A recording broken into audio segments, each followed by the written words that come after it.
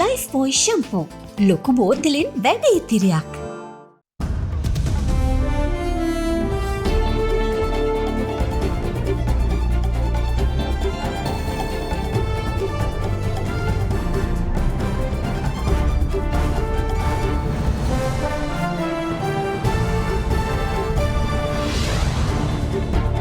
Tonight, shuffling the pack. The president appoints 17 new cabinet ministers after promising new faces for all spots as the cardinal calls for a public rejection. Modern problems. Golf face green protests enter double figures with new and innovative methods to voice dissent. Up and away. The Lanka IOC fuel hike takes prices to astronomical heights. However, the CPC says it will continue to shoulder the weight without a hike. A cooling off. The stock market's 5-day closure draws flack with accusations of better day trading as the CSE chairman joins us for his explanation. All this and much more coming up tonight on First at 9, this Monday, the 18th of April, 2022. Signal Deep Clean. Lova Anka Eke Tynex Kendivalin Nipadava ඇත. From AdaDerana, this is AdaDerana First at 9. Live from Studio 24 in Colombo. And a warm welcome. You're joining us on AdaDerana English News and I'm Indivari Amwath. After 2 weeks running with a temporary 4-member cabinet, President Gotabaya Rajapaksa handed over appointments for a 21-member cabinet, inclusive of 17 new cabinet members, along with 21 new state ministers. Addressing the cabinet today, the head of state called on the new cabinet members to use the opportunity given to them to help create the system change that the people have been calling for. For 2 weeks, Sri Lanka has not had a permanent cabinet of ministers. Since the cabinet of ministers tendered their resignations to the Prime Minister on the 3rd of April, a temporary cabinet with 4 ministers had been appointed. The 4 ministers who were part of the temporary cabinet were Minister of Finance Ali Sabri, Minister of Education Dinesh Gunawardena, Minister of Foreign Affairs Professor G.L. Peiris and Johnston Fernando as the Minister of Highways. However, the President appointed 17 new cabinet ministers today at the President's house in Fort. However, some of the cabinet ministers who took oath today were reinstated to the same ministerial positions they held before. As such, Leader of the House Dinesh Gunawardena was sworn in as the Minister of Public Administration, Home Affairs, Provincial Councils and Local Government. Douglas Devananda, who was formerly the Minister of Fisheries, was appointed as the Minister of Fisheries today. In addition to his former ministerial position which oversaw the plantation sector, Dr. Ramesh Patharan took oath today as the Minister of Education as well, while Prasanna Ranatunga was sworn in as the Minister of Public Security and Tourism. Taking over as the Minister in charge of Transport was once again Dilu Mamunagama, but he was also sworn in as the Minister of Industries as well. Appointed as the new Minister of Highways was Kanaka Herath, while Vidura Vikramanayaka took oath as the Minister of Labour. Meanwhile, Janaka Wakkumara was appointed as the Minister of Agriculture and Irrigation, Shehan Semasinghe as the Minister of Trade and Samudra Development, Mohan Priyadarshana de Silva as the Minister of Water Supplies, and Vimalavira Dissanayaka sworn in as the Minister of Wildlife and Forest Conservation. Further, Kanchana Vijayasekara was appointed as the Minister of Power and Energy, 2 ministries that are currently at the heart of the crisis of Sri Lanka. Meanwhile, Tenuka Vidanagamage took oaths today as the new Minister of Sports and Youth Affairs, Dr. Nalaka Godaheva as the Minister of Mass Media, Professor Channa Jayasumana as the Minister of Health, Nazir Ahmad as the new Minister of Environment, while Pramita Bandara Tennakon was sworn in as the Minister of Ports and Shipping. In addition to these appointments, Professor G.L. Peiris and Ali Sabri will continue to remain as the ministers in charge of the Foreign Affairs and Finance. In addition to the Cabinet of Ministers, a total of 21 state ministers were appointed today as well. As such, in addition to Professor G.L. Peiris' cabinet position as the Minister of Foreign Affairs, he was also appointed as the State Minister of Defence as well. Meanwhile, Rohana Dissanayaka was appointed as the State Minister of Provincial Councils and Local Government, Arundika Fernando as the State Minister of Plantation Industries, and Lohan Ratwatha as the State Minister of Urban Development. Taraka Balasuriya took oaths today as the State Minister in charge of Foreign Affairs, Indika Anuradha as the State Minister of Housing, Sanath Nishantha as the State Minister of Water Supply, while Siripala Gamlath was appointed as the State Minister of Mahaveli. In addition, Anuradha Jayaratna was sworn in as the State Minister of Irrigation, Sisira Jayakodi as the State Minister of Indigenous Medicine, and Prasanna Ranavira as the State Minister of Industries. In the meantime, D.V. Chanaka was appointed as the State Minister of Tourism and Fisheries, while D.B. Herat took oath as the State Minister of Livestock. Kader Mastan meanwhile was appointed as the State Minister of Rural Economy, Crop Cultivation and Promotion, Ashoka Priyantha as the State Minister of Trade, and A. Arvind Kumar as the State Minister of Estate Housing and Community Infrastructure. Further, Geeta Kumar Singh took oaths as the State Minister of Culture and Performing Arts, while Gunapala Ratnasekara was appointed as the State Minister of Cooperative Services, Marketing Development and Consumer Protection. Kapila Nuwanatha Korala was appointed as the State Minister of Mine Export Crop Development, while Dr. Gaisha Navananda was appointed as the State Minister of Health, and Surendra Raghavan was appointed as the State Minister in charge of Education Services and Reforms.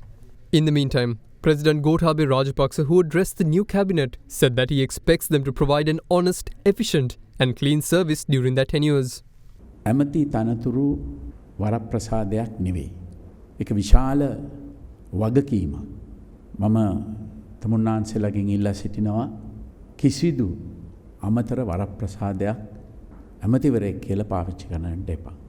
මම තමුන්නාන්සේලාගෙන් බලාපොරොත්තු වෙන්නේ අවංකව කාර්යක්ෂමව පිරිසුදු පාලනයකට කැප වෙන්න කියලා. අද පවතින මේ අර්බුදය ඒ ජනතාව ඉල්ලපු මේ සිස්ටම් චේන්ජ් එක කරන්න හොඳ අවස්ථාවක්. තමුන්නාන්සේලාට ඒ අවස්ථාව ලැබිලා තියෙනවා. ඒකම මම ඉල්ලා සිටිනවා මේ තරුණයන්ගෙන් ඒට උපකාර කරන්නට කියලා.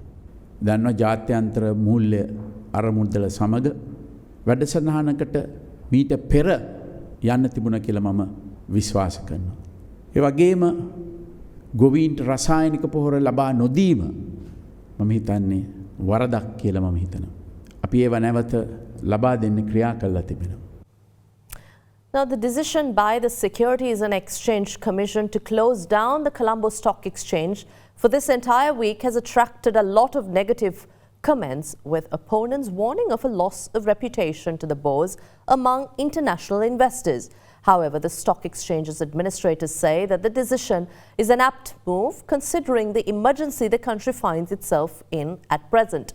At a media briefing today, the Colombo Stock Exchange urged investor community to consider this an extended cooling off period and not a pulling of the proverbial handbrake. The announcement by the Securities and Exchange Commission of Sri Lanka yesterday that the CSE is to be closed down this entire week has received a mixed reaction. Opposition to the move has come from various personalities, including Samagi Janabalawegaya parliamentarian Dr. Harsha De Silva, who called the decision unwise and warned that closing the market in bad times to wait for good times will send a wrong signal to investors. Yesterday, the Ceylon Chamber of Commerce too issued a statement advising against the move. Expressing dismay at the closure, Chamber Chairman Vish Govindasamy opined that it would pose many challenges to local and foreign investors, as was seen during a similar closure at the height of the COVID-19 pandemic. He explained that the opinion of the Chamber's members is that this would prevent buyers from acquiring the stock of their choice at the price of their choice, and also prevent sellers from exiting at their convenience. He also pointed out that no investors would be able to carry out proper valuations and mark to market their respective investment portfolios. Just today, the Colombo Stockbrokers Association, however, defended the decision, calling it a warranted measure considering the prevalent economic crisis in the country. The association offered a reminder that it was the duty of the SEC to protect investors and take appropriate action as per the provisions made available within Section 30 of the SEC Act No. 19 of 2021, which requires the SEC to close the exchange during an emergency for a period of 5 days in the event of a natural disaster or economic or financial crisis. It added that the inclusion of Section 30 in the new SEC Act would serve no purpose if it wasn't used at a time of financial crisis. At a press conference held this morning, the exchange's administrators sought to justify the move and urged everyone concerned to consider it an extended cooling-off period and not a pulling of the proverbial handbrake. Speaking at the media briefing today, CSE Chairman Dumit Fernando said that the move must not be mistaken for any attempts to, in any way or form, determine where market prices should be. It's all about being concerned about the sustainability and the interest protection angle of the stock market, he added, saying that although the default came about with some warning, more questions remain at present than answers to what happens next. On that subject, Sri Lanka is long overdue for some good news. With the market closed for 5 working days and then 2 more days over the weekend, it expects to open on Monday, the 25th of April, a very significant day. One that sounds like a very good day to reopen the stock market. This is because on the 25th of April, Sri Lanka may wake up to the possibility of good news from the International Monetary Fund and the World Bank. Finance Minister Ali Sabri left the island yesterday at the head of a delegation that includes Central Bank Governor Dr. Nandalal Veerasinghe and Treasury Secretary Mahinda Siriwardana, with talks set to take place from tomorrow until the 24th. The outcome of the talks is still anyone's guess, as Sri Lanka needs to give some concrete assurances to the IMF that it is prepared to take some very tough decisions to be eligible for assistance.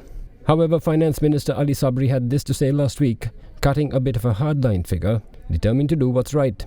Yes, I have to have a free hand here. I need a set of professionals who will run this. I'm not interested in contesting any more elections. In that sense, I can take strong decisions for the betterment of the country. So whatever the decisions which is good and in the national interest may not be most popular, but need to be taken, I'm willing to take those decisions.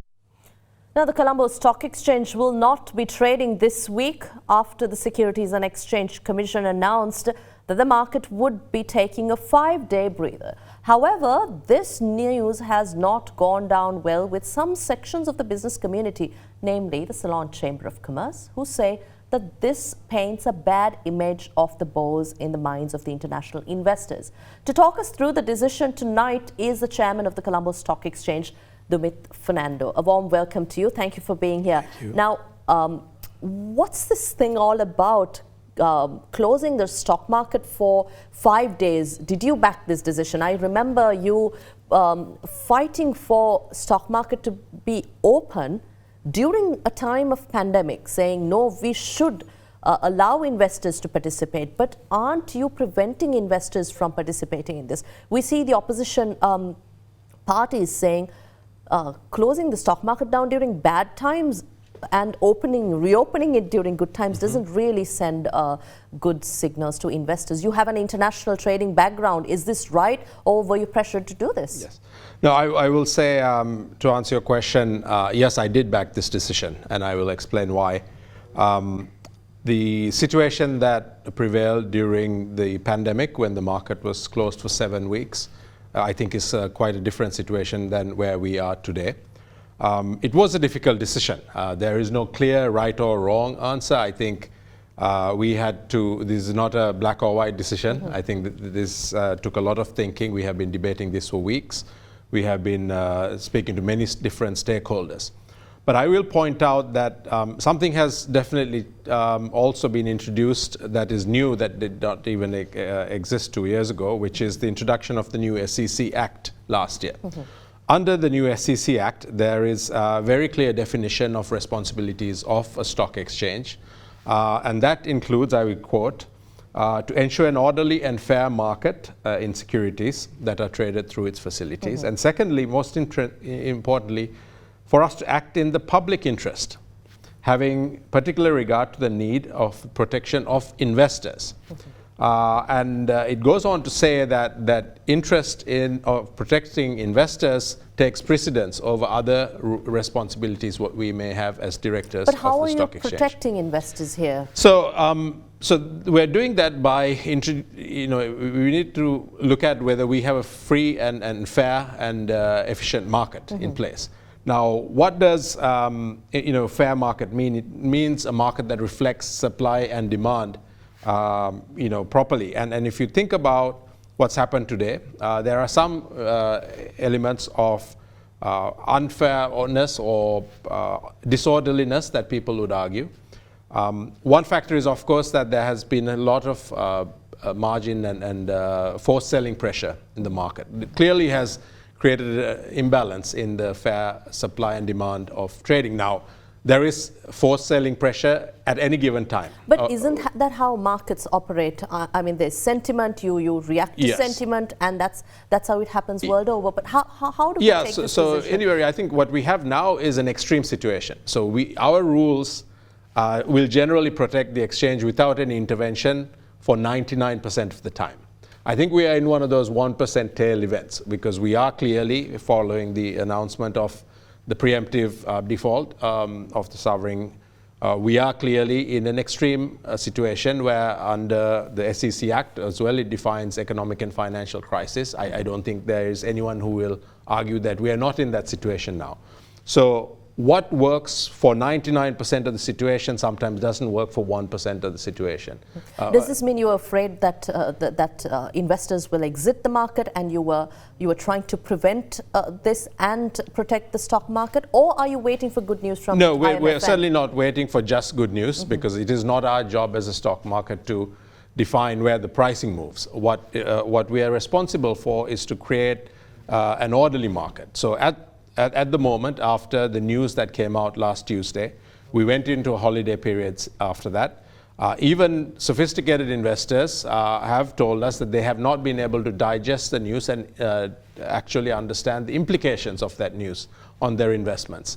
That is the definition of what creates panic. When you have panic, you don't have orderly markets.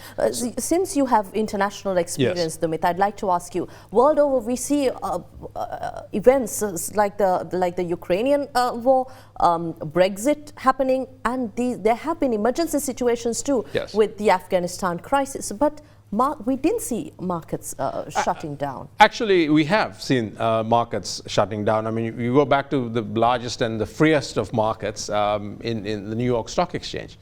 After 9/11, when there was again panic, a lack of information, both related to security and economic impacts, the market shut down for an entire week. On the Ukraine situation, due to the impact of various sanctions on Russia, the Russian markets were closed for weeks. In similar crises like ours, when you've had default type situations, we've had examples like Zimbabwe. During the Arab Spring, during all the protests, the markets in Egypt closed down for weeks. So there is precedent here. So what's the worst that could have happened if you kept market open for the next 5 days? I think we could have risked a very disorderly market, which would have been driven by panic, which would have been driven by much more artificial impact on supply and demand before people were able to actually measure and evaluate the impact of the news that came out last week. We also need to remember that we're not talking about protecting just very large investors. You know, in the last 2 years, through a lot of the hard work we've done, we moved the exchange from having about 15,000 active participants to over 60,000 last year. And a lot of them are smaller investors, middle-income investors, and it is our duty to make sure that such people are also protected. And despite, I think, the objections, particularly from the chamber, which represented, obviously, the corporates, the duties of the directors of the stock exchange are very clearly defined in the SEC Act as having to place priority on protecting investors. So now, it's not an easy answer. There are multiple aspects. Now, I will say that one of the foundational principles of an exchange is that we should keep markets open. So we are trading off that principle in the short term until we allow a breathing space to do two things. One is to mitigate, not prevent and eliminate, but to mitigate the effect of forced selling, because we are working on some changes to relaxing some of the credit rules. So that we hope will bring some relief. It won't eliminate forced selling entirely, but it'll help. We also expect that this time will allow people to digest and understand better information. I'm not saying just good information or positive news, but just better information. And if we do those things, we do feel that this short break, this 5-day period, will actually serve its purpose. So does this mean, are you of the opinion that the market circuit breakers alone wouldn't be able to mitigate losses of a Colombo Stock Exchange? I think what we have seen is realistically, in extreme situations, circuit breakers will allow the market to operate for a few minutes a day. We don't want to get into that situation because that creates other kinds of issues. But we have got feedback from even some foreign investors who recognize that in a situation as extreme as this, that it is sensible for us to put what I would call a slightly extended circuit breaker. Very quickly, you mentioned international investors here. From an economic crisis, we're seeing this transforming into a political crisis, a deeper crisis in the country. But how do you foresee markets, the forecast markets for Sri Lanka in the year ahead, especially international investor participation? Yeah. Look, I mean, we have seen since the currency was floated in early March that in March we had the first month of positive net foreign inflows since 2019. So I think any action that goes towards creating and releasing some of the pressures in the macroeconomic imbalances will be seen as positive. We have got feedback that once some of the clarity returns, that some people do believe that the valuations are at a point where there would be attractive entry points. However, we all know there are some fundamental and structural imbalances that need to be fixed. I think there is much more optimism that those are being acknowledged and approached in the right way now. And we hope that we hear some progress on IMF talks and so on. But if we do see some of that happening, we do see that even foreign investors will look at buying opportunities going forward this year. Right. Thank you very much for your time here on AdaDerana English. Okay, thank you. We'll take a short break here and return with more news.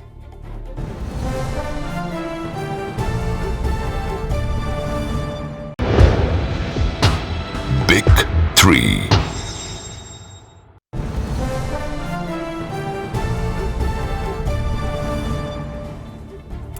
Anti-government protest at the Golfes Green continued for a 10th day today, with protesters resorting to new innovative methods to get their message across and make them more visible. Last night, some protesters turned to video mapping technology to spread messages across the presidential secretariat building. However, faced some opposition from police personnel who tried to prevent the messages from going out. After protesters voiced their objection, the video mapping continued. Meanwhile, more protests supporting the Golfes protest are expected to work off in several areas of the island tomorrow and in the days to come. Last night at Golfes Green, protesters took their cries for change to another level, hoping to catch the attention of President Gotabaya Rajapaksa and his government. With the aid of projectors, the protesters projected video map messages of their protest narratives at the Presidential Secretariat building.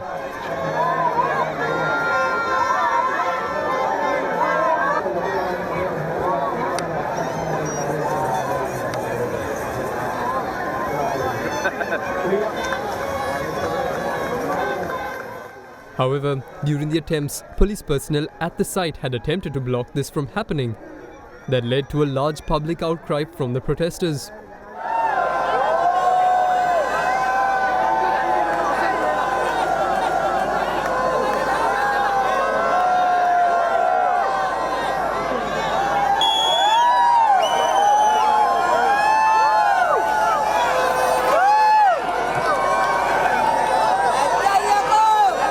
Today, the protesters remained as strong and steady into the 10th consecutive day, with public enthusiasm growing to demonstrate for a better political change. This fact was well proven as several protest groups joined the Gota Gogama protest site to express their objections. A protest march organized by the journalists that began from the Bandaranaike statue on Golfes Green was also commenced, demanding justice for attacks on media personnel. Further, a group of cyclists from Katana in Negombo also arrived at the site.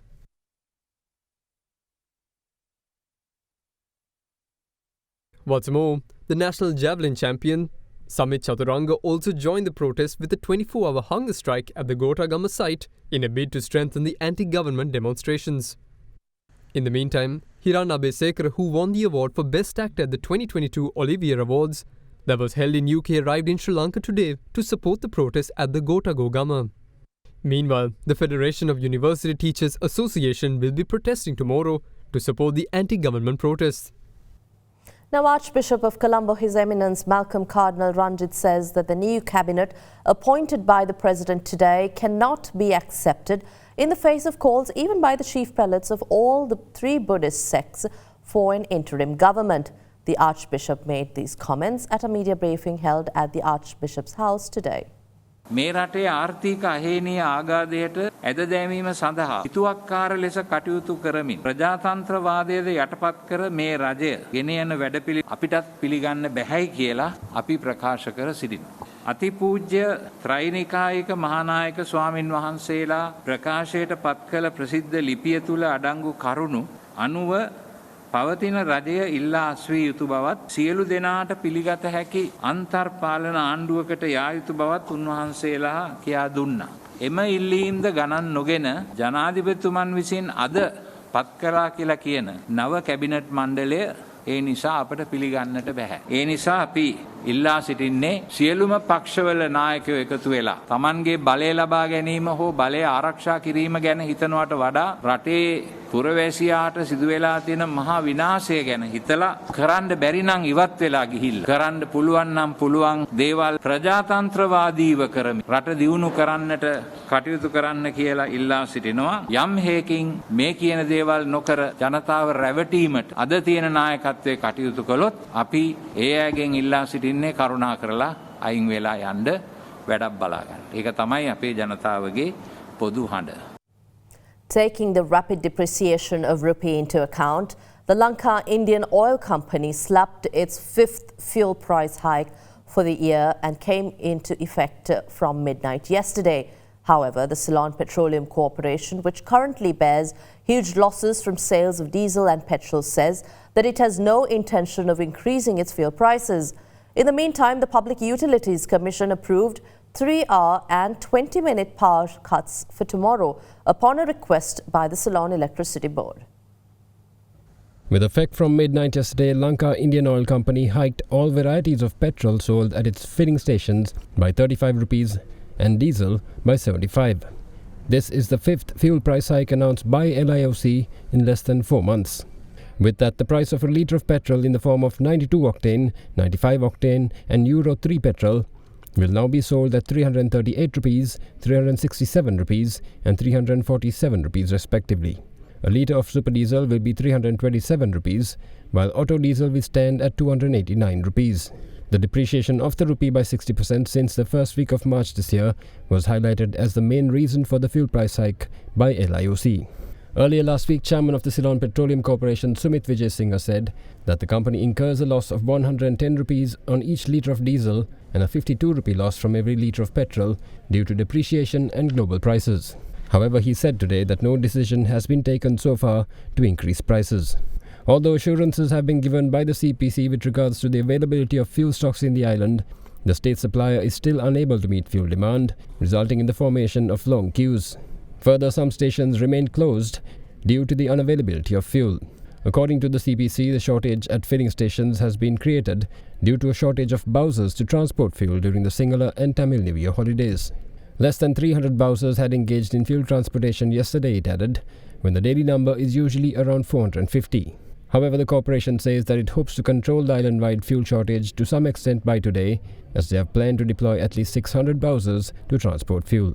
Meanwhile, speaking on AdaDerana, CPC Chairman Sumit Vijay Singha offered a clarification as to why a limitation was introduced for fuel dispensation. Vijay Singha said that the decision was taken to prevent the formation of fuel queues near filling stations. He also said that the limitation imposed on three-wheelers and motorbikes can be taken off if the queues near the stations see a marked reduction this week.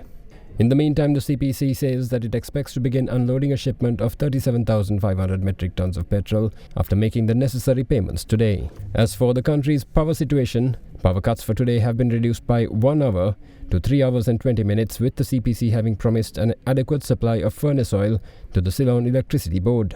The Public Utilities Commission previously approved power cuts of 4 hours and 20 minutes for today. For tomorrow, the Commission approved power cuts for 3 hours and 20 minutes as well. More details on the schedule can be found on our website www.adaderana.lk. The Health Minister announced changes to rules and regulations pertaining to masks in public. Now, the newly appointed Cabinet Minister for Health, Professor Channa Jayasumana, announced that wearing face masks in public will not be compulsory except when using public transport and at indoor functions with effect from today. The government, along with health authorities, advised the public to wear face masks since the beginning of 2020 to prevent the spread of COVID-19. In October 2020, wearing face masks were made mandatory by the government under COVID-19 quarantine regulations, with failure to comply leading to 6 months of imprisonment or a 10,000 rupee fee. The Colombo Magistrates Court today extended the overseas travel ban imposed on former Governor of the Central Bank Ajit Nivard Cabral until the 2nd of May and refixed the date of the next hearing for the same date as well. Issuing a statement today, the former Central Bank Governor stated that accusations levelled against him are false and malicious and promised to take measures to refute them in court. An order was issued by the Colombo Magistrates Court on the 7th of April preventing former Governor of the Central Bank, Ajit Nivard Cabral, from leaving the country until today and issued summons for his appearance in court as well. The Magistrates Court issued the order after a complaint was filed by Rajitha Kirthi Tennakun against Cabral under 4 charges. Further, even though the former Governor of the CBSL was summoned before the court today, he did not appear.